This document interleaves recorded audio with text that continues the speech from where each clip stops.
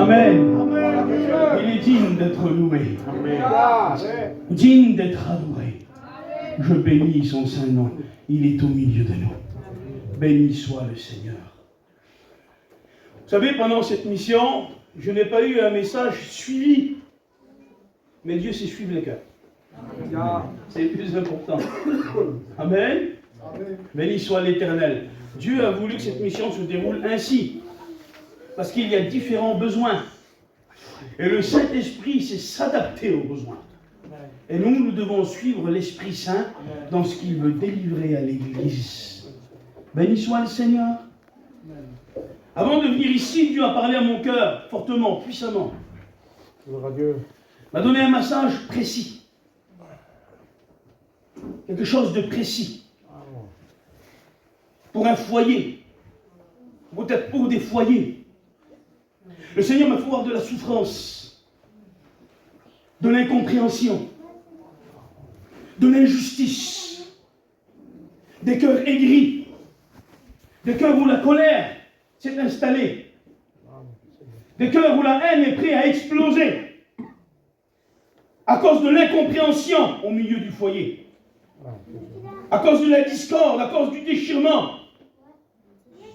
À cause d'une vie superficielle avec le Christ. Et je crois véritablement que Dieu ce soir peut vous délivrer un message de guérison. Avec une clé dans votre main pour ouvrir la porte qui est fermée devant vous. Je le crois véritablement. Amen. J'avais compris le Seigneur, vous voulez. Je ne vous tiendrai pas tellement longtemps. Dieu n'a pas besoin de beaucoup de paroles, je le dis toujours. On ne fait pas le concours à qui prêchera une heure. Nous voulons le mot de Dieu juste. Amen. Je ne suis pas là pour vous étonner, pour vous éblouir. Nous sommes là pour que Dieu nous parle. Pour que Dieu guérisse. Il y a quelqu'un qui souffre. Et Dieu veut le guérir. J'aimerais qu'on prie, Seigneur. J'aimerais demander au pasteur Jean qui se lève et qui prie le Seigneur pour nous. Seigneur, nous pesons dans cette soirée la valeur de la réunion. C'est toi qui vis dans nos cœurs comme un livre ouvert, qui connaît chaque situation. Amen. Seigneur, unis avec le corps, Au l'Église, nom de Jésus. nous voulons te demander, Seigneur, dans le nom de Jésus, d'enlever la discorde, Au nom de Jésus-Christ. les animosités, la résistance, Au nom de Jésus. l'orgueil, l'entêtement, qu'il y ait un esprit de révélation, Au nom de Jésus. afin que le peuple ait un frère, Au nom de Jésus. afin que nous soyons avertis de ta part, par des saints avertissements. Ne nous attendons pas à une parole d'un homme, mais véritablement comme elle est la parole de Dieu. Seigneur, qu'elle trouve les chemins des cœurs. Au nom de Jésus. Je te demande, Seigneur, avec mon frère Isaac, Seigneur, s'il te plaît. de détruire ce que Satan a construit dans les foyers. Au nom de Jésus. Son livret, son venin. Seigneur, ce système de la tour de Babel, nous te le demandons dans le nom de Jésus, d'agir d'une manière forte, d'une manière puissante. Au lieu de l'orgueil, qu'il y ait l'humilité. Au lieu de la vengeance, le pardon. Amen. Au lieu de la révolte, Amen. l'humilité. Amen. Seigneur, enlève tout ce qui appartient à Malek. Et nous voulons acheter de toi de l'or éprouvé par le feu. Sers-toi, je t'en supplie, Seigneur, au nom de Jésus. Sers-toi de mon frère Isaac. Amen. Amen. Et qu'un esprit prophétique de révélation le saisisse fortement. Et que toute opposition, toute barrière, tout obstacle, nous le lions dans le nom de Jésus. À toi la gloire, Seigneur. Amen.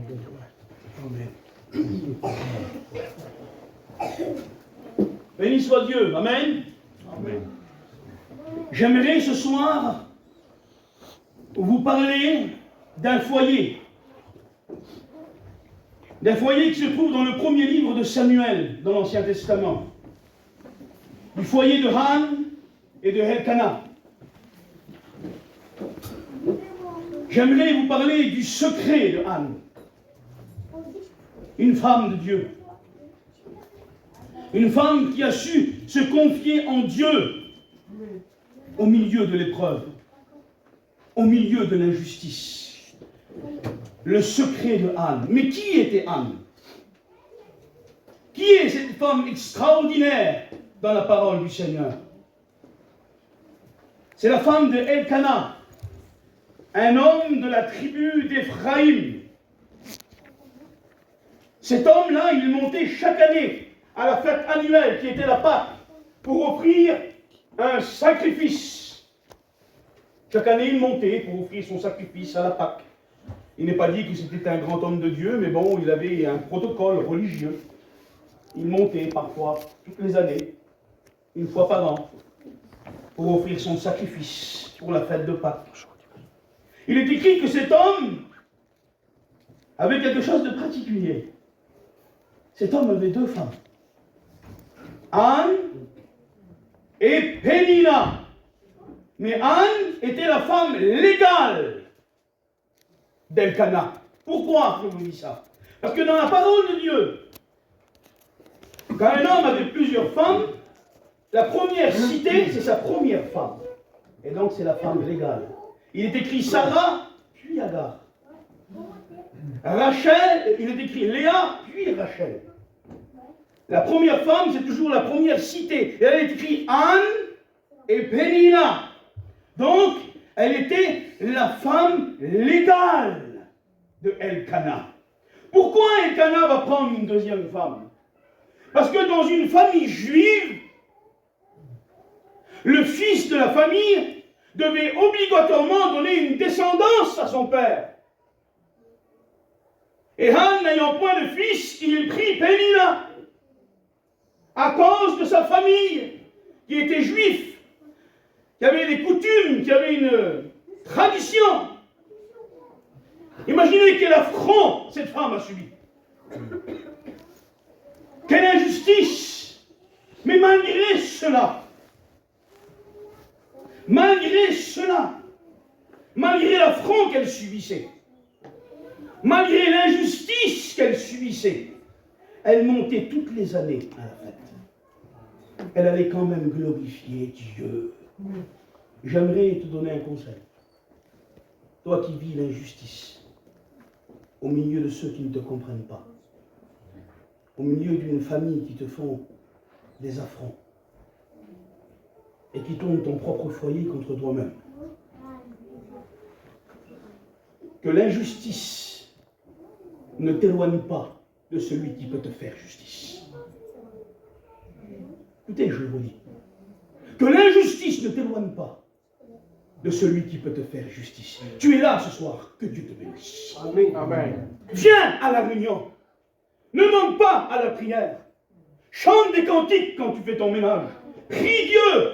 Viens quand même à la réunion. Peut-être que l'ennemi a mis l'amertume en ton cœur et tu as pensé à ne plus venir à la réunion.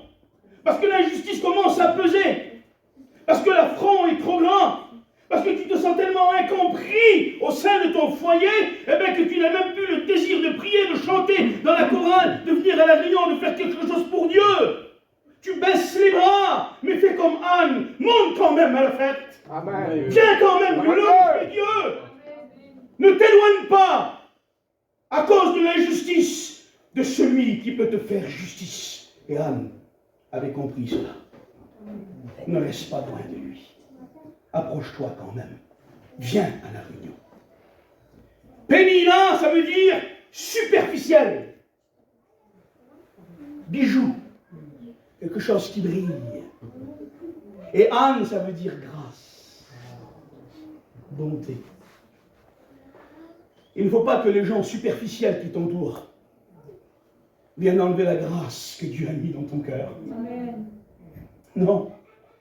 Il ne faut pas que les paroles superficielles, charnelles, que les regards superficiels, charnels, que l'attitude superficielle, charnelle de ceux qui t'entourent et qui voudraient abaisser ou diviser ton foyer viennent te faire perdre la grâce que Dieu a mis en toi. Non, il faut que tu restes dans la grâce où Dieu t'a mis. Il faut que tu rendes le bien pour le mal. Il faut que tu bénisses quand on te maudit. Il faut que tu pries pour celui qui te persécute. Il faut que tu gardes ta grâce. Alléluia. Il faut que tu gardes le caractère de la grâce. Il faut que tu restes comme Anne.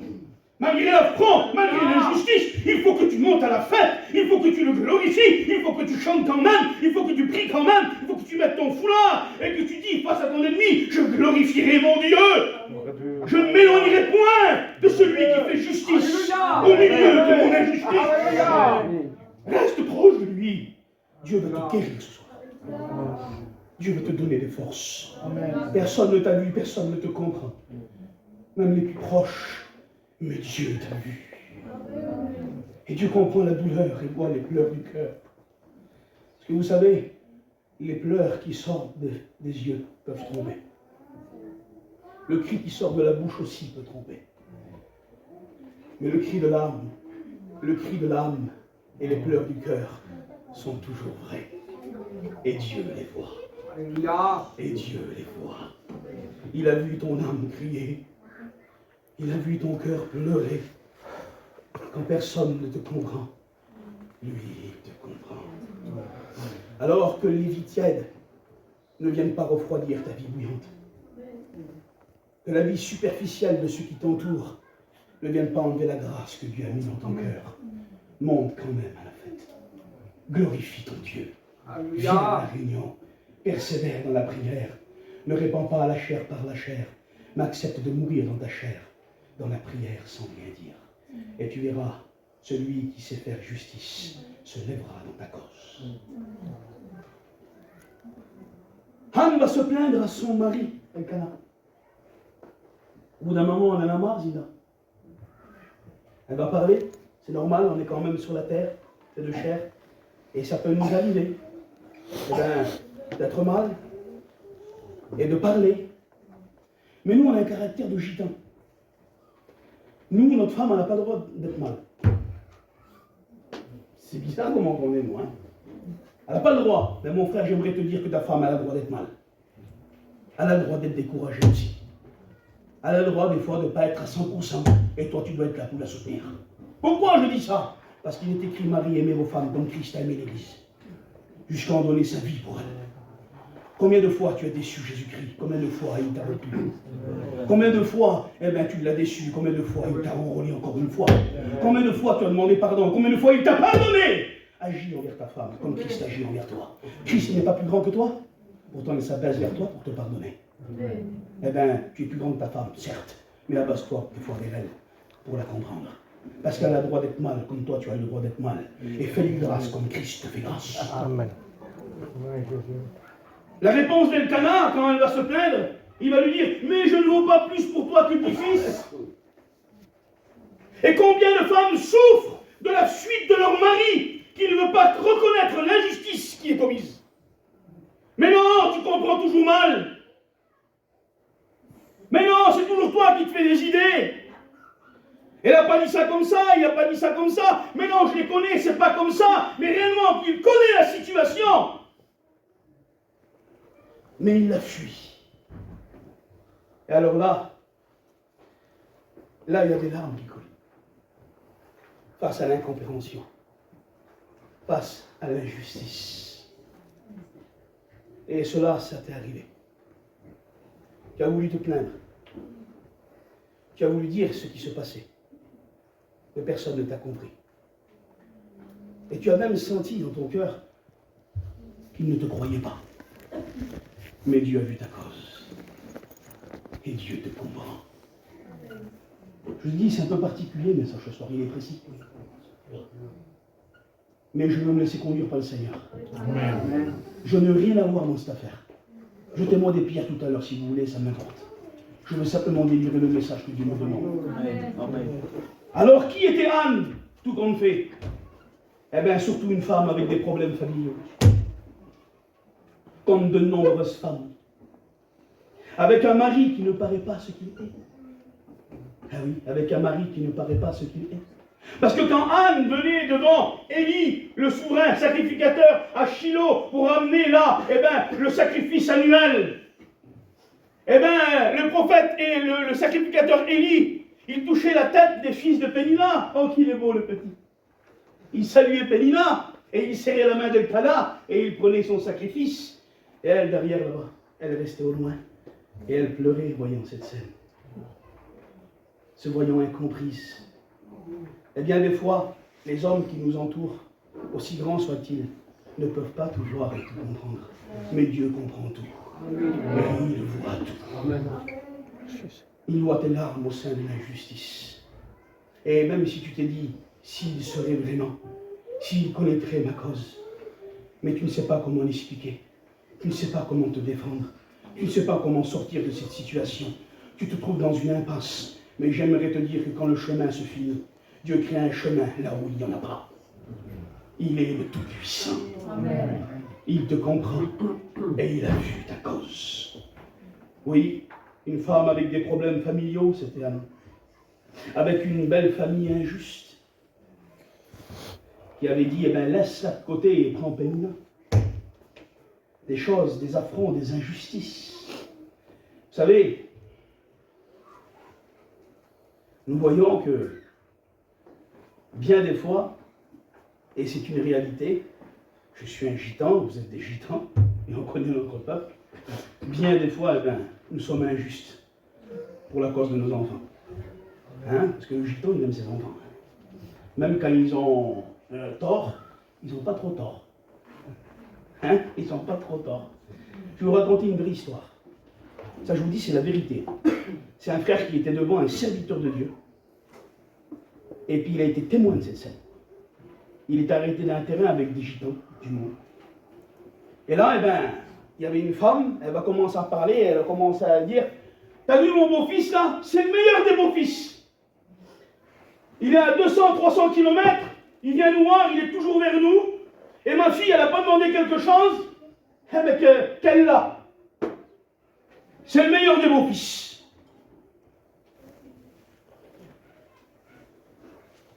Et d'un coup,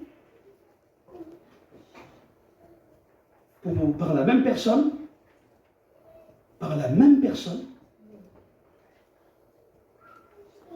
cette femme va parler et va dire, t'as vu ma belle-fille là?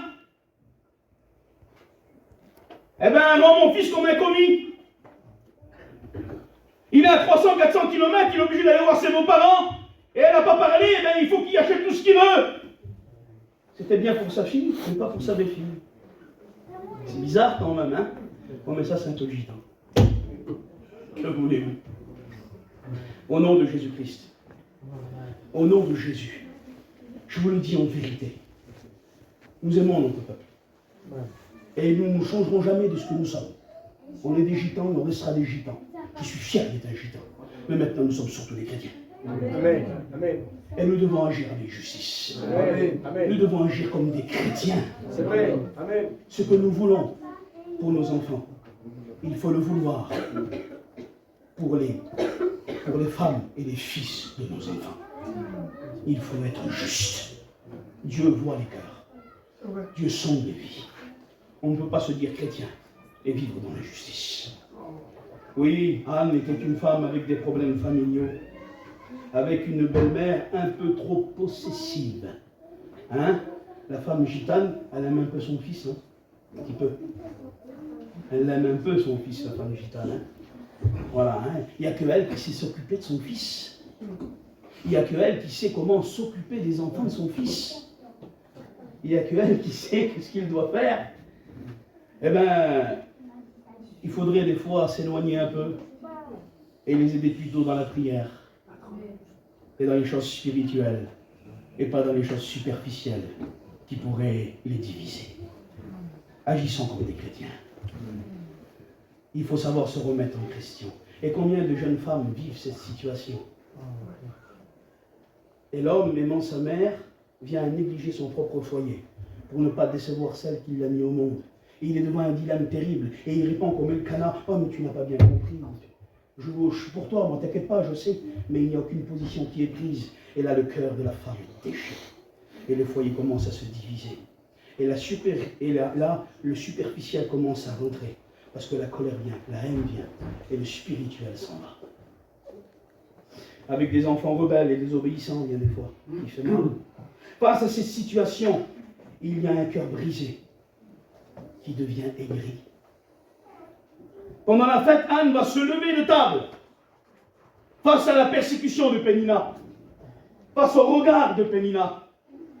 Elle ne trouve pas de réponse, ni de mots à lui rétorquer. Elle ne sait pas que lui dire, Anne. Parce que des fois, il y a des paroles qui sont dites tellement subtilement. Il y a des phrases qui sont dites avec une telle subtilité qu'on ne peut même pas reprendre. Mais on sait que c'est des flèches et des pierres qui viennent peser nos cœurs et transpercer nos cœurs. Mais on ne peut pas répondre. C'est trop bien dit. Et véritablement, c'est pour nous persécuter, pour nous abaisser. Et nous, on le comprend. Mais c'est tellement bien fait qu'on ne peut pas le reprendre. C'est impossible. Parce que si on essaye de reprendre ces paroles tellement bien dites, c'est nous qui va avoir tort. Alors, on endure. Il y a des flèches qui viennent, qui font mal.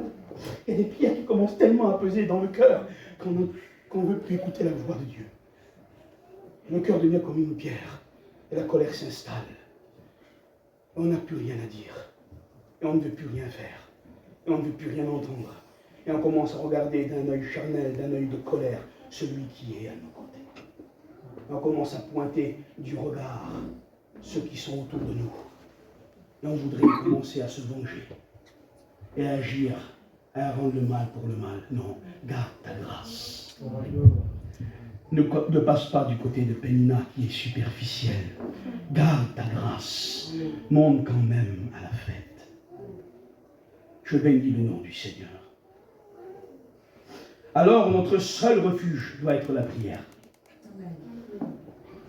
Seigneur, je croyais, Isaac, que tu allais nous dire quelque chose d'extraordinaire. Non. Ton refuge doit être la prière. Amen. Tu dois plier les genoux, accepter de mourir dans la prière. Parce qu'il y a un combat spirituel. Lève un peu les pieds et regarde derrière ceux qui te persécutent. Il y a un ennemi spirituel qui s'appelle Satan. Il est démon. Nous n'avons pas à combattre contre la chair et le sang, mais contre les dominations des lieux célestes. Il est écrit aucune persécution vous est survenue qui n'était humaine. Aucune. Lève un peu les pieds. Tu as un ennemi spirituel à combattre. Et lui ne se combat pas avec des armes charnelles, mais avec des armes spirituelles qui se trouvent dans la prière. Dieu te demande de monter à la fête, de rester à la réunion, de rester dans la prière, de rester dans le jeûne, de ne pas passer du côté de du superficiel qui est Pénina, mais de garder ta grâce, de garder ta bonté, ta gentillesse, ton hospitalité. Accueille celui qui ne t'accueille pas. Regarde d'un regard d'amour celui qui te persécute, comme Christ a regardé Pierre.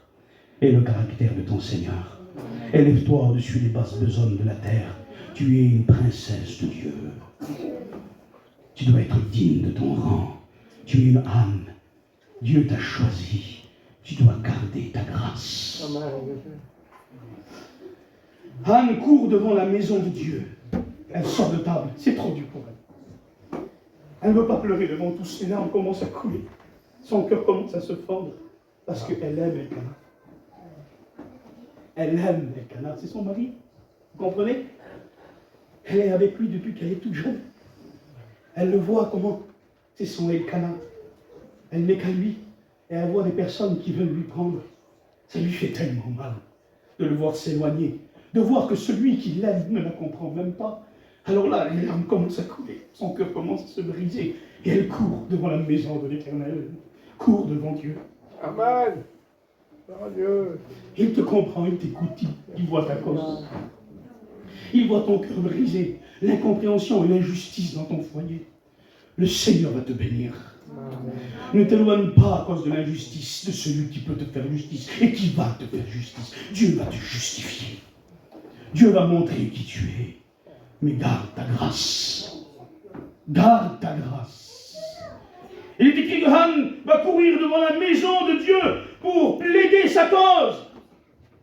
Et là, pour la première fois dans la Bible, elle va donner un nom à Dieu que personne n'avait cité. C'est elle, cette femme, qui pour la première fois va dire « Éternel des armées ». C'est la première fois que c'est écrit. Après, tous les prophètes vont le reprendre. Mais c'est la première fois où c'est cité. Éternel des armées, c'est une femme qui l'a dit. C'est Anne. Pourquoi elle dit Éternel des armées? Elle parle du monde spirituel. Elle parle des nuées d'anges. Elle parle du combat qui se passe devant le trône de Dieu, entre la lumière et les ténèbres. Éternel des armées. Anne a compris que son combat n'était pas charnel, mais spirituel. Dis ce soir en ton cœur, Éternel des armées, vois ma cause, vois mes larmes, vois mon injustice, mon Elkanah s'éloigne de moi, tu vois mon cœur qui se brise, ramène-moi-le Seigneur, ramène-moi-le, que Samuel puisse naître, c'était sa prière, que Samuel puisse naître. Qu'est-ce que représente Samuel dans la prière de Anne? Pour elle, c'était un fils. Pour toi, c'est peut-être l'exaucement. Les yeux ouverts de ton Elkanah. Mais Dieu va le faire. Dieu va tout rétablir. Parce qu'il t'aime. Parce qu'elle avait compris où se passait le combat. Elle dit Éternel des armées. Toi qui domines le monde, visible et invisible. Tu vois ma cause, le combat. Tu vois l'ennemi qui m'attaque. Tu vois que je suis incomprise. Tu vois que personne ne me comprend. Et si je viendrais à plaider ma cause, je ne serais même pas cru. Parce que les paroles de Pénina sont trop subtiles. Elles sont trop pesées. Je ne peux pas les contredire. Mais tu vois les pierres qui s'ajoutent dans mon cœur. Tu vois les flèches qui transpercent mon cœur. Viens me guérir. Viens enlever les pierres de mon champ. Mon cœur me fait mal. Elle va faire la prière jaillissante de la souffrance. Vous connaissez cette prière? Tu la connais certainement. La prière qui jaillit au milieu de la souffrance. Les soupirs qui sont exprimés entre deux sanglots. Quand les larmes coulent et que tu arrives simplement à dire Éternel, et là tu repleures. Éternel, et là tu repleures. Les soupirs exprimés entre deux sanglots. Ô Dieu du ciel, à l'Éternel des armées. Cette prière-là est l'échelle la plus haute pour atteindre le cœur de Dieu. Quand tu n'as plus les paroles et que seules les larmes de ton cœur s'expriment devant lui, c'est l'échelle la plus haute pour atteindre le cœur de Dieu et en faire descendre l'exaucement. Et ce qui est arrivé à Anne, à Élie va venir, il va dire, femme, elle était tellement dans le désarroi. Va cuver ton vin en part. Tu es devant la maison de Dieu. Elle ne va pas se rebeller. Elle va lui répondre d'une manière douce. Et peut-être tu as entendu des accusations. Mais c'est de sa faute. Des choses qui ne sont pas vraies. Elle va dire, je ne suis pas ivre, mon Seigneur. Mais c'est mon chagrin qui me fait couler des larmes. Je prie Dieu qu'il me donne un fils. Je prie Dieu qu'il me donne un fils. Afin que mon Elkanah, c'était ça sa prière véritablement. Et ce n'est pas écrit, mais on lit à travers ces paroles. Afin que mon Elkanah me revienne. Parce que je l'aime, mon Elkanah. Le mari de son foyer. Et là, l'homme de Dieu va lui dire, femme, va et qu'il te soit fait selon ta prière. Que l'Éternel t'exauce. Que l'Éternel t'exauce. Il est écrit dans le psaume 56, verset 9. On va lire la Bible. Tu comptes les pas de ma vie errante. Tu recueilles mes larmes dans ton outre. Ne sont-elles pas inscrites dans ton livre? Ma sœur, tu comptes tellement aux yeux de Dieu que chacune de tes larmes sont comptés et inscrits dans son livre. À chaque fois que tu pleures, à chaque fois que ta supplication monte vers lui, il ne laisse pas tes larmes tomber en terre, il les rachoppe dans sa main. Et il lit à l'intérieur ce qu'il y a écrit. Il connaît la prière de tes larmes. Il sait et connaît les soupirs de ton cœur. Tu es précieuse pour lui. Tu es précieuse pour lui. Dieu comprend Anne. Élie ne la comprend pas au premier abord. Eh bien, des fois, il y a des choses que les hommes ne peuvent pas comprendre, que les hommes ne peuvent pas démêler. Des situations qui sont trop difficiles pour l'être humain, mais pas pour Dieu. Pas pour Dieu. Elle va être exaucée. Samuel va naître. Et Samuel représente pour elle la justification. Reste dans la grâce. Réponds au mal par le bien. Plaide ta cause devant l'Éternel des armées. Dieu te ramènera à ton Elkana. Dieu te justifiera. Dieu a compté tes larmes. Dieu a vu que malgré cela, tu montais à la fête. Tu es là à la réunion. Oui, aie confiance à celui qui peut te faire justice. Alors on en vient à la conclusion. Je vous ai dit que le thème du message était le secret de Anne. Voulez-vous connaître son secret, le secret de sa victoire? A compris le Seigneur? Elle n'a pas changé l'injustice de sa vie en colère et en haine. La prière de Tuerto tout à l'heure. Elle n'a pas changé l'injustice de sa vie en colère et en haine, mais en supplication au Dieu du ciel. Voilà le secret de sa victoire. Amen. Voilà le secret de sa justification devant tous. Elle a gardé sa grâce face à la superficielle Pénina. Elle n'a pas changé son injustice en colère, en mal ou en haine, mais elle a changé l'injustice qui lui était faite en supplication à l'Éternel des armées. Et Samuel est né. Elle a été justifiée devant sa belle famille et son Elkana lui a été rendu. Dieu te justifiera. Dieu montrera qui tu es. Pour l'instant, reste soumise. Pleure dans le secret devant l'Éternel des armées. Monte quand même à la fête. Aie confiance. Dieu bénira le cœur d'Elkana et il le ramènera vers toi. Mais toi, garde ta grâce et ne change pas l'injustice qui t'est faite en colère, mais en supplication devant Dieu. Amen.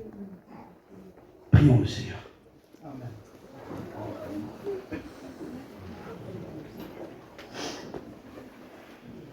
Seigneur,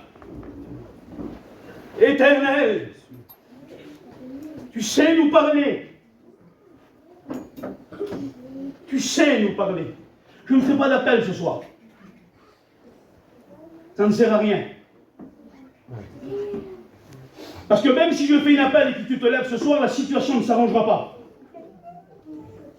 La situation s'arrangera si tu persévères dans ta position. Ce n'est pas parce que tu vas te lever, que tu vas lever la main, que tu vas venir devant, que tu vas pleurer, que ça va s'arranger. Tu vas rentrer chez toi, la situation sera la même. Mais jamais t'inviter à garder ta grâce et à persévérer devant le Dieu des armées, à pleurer devant sa maison, à monter à la fête quand même, à ne pas répondre à la superficielle Pénina, mais à garder ta grâce. Tu verras, Samuel va naître, la justification devant tous. Dieu va révéler qui tu es, parce que tu sais, un arbre se reconnaît à son fruit. Ils pourront toujours dire, c'est un oranger. Si je viens et que je trouve des pommes, eh bien c'est un pommier. Garde ton fruit de la grâce. Garde ton fruit de la justice. Garde ton fruit de la bienveillance. Garde ton fruit de l'hospitalité. Garde ton fruit de la foi. Garde ton fruit de l'amour. Aime-le ton Elkana, serve-le. Dieu fera naître Samuel, la justification, et il te le ramènera. Seigneur, bénis ces femmes. Bénis ces foyers, ces femmes qui ont besoin de toi. Ouvre les yeux de ces maris. Que rien ne nous éloigne de toi. Que l'injustice ne soit pas transformée en colère. mais en supplication pour la victoire. Continue à pleurer devant ton Dieu. Il compte tes larmes. Il voit ta cause. Ne crois pas que tu es incomprise. Lui, il te comprend. Et il connaît ton cœur qui est pour lui. Anne, Anne, tu es là, je le sais. Garde ta grâce. Que Dieu bénisse.